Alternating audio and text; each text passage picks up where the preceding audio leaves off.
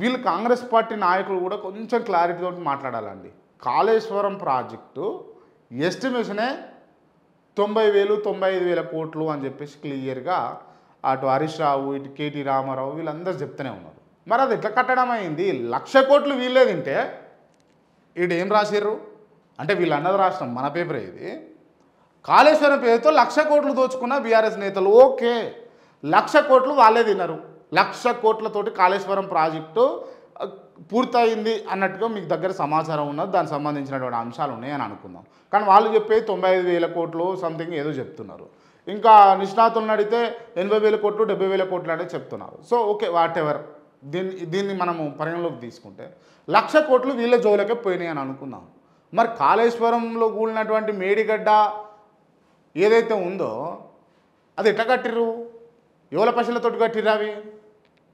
ఇది $1 million question ఇదైతే.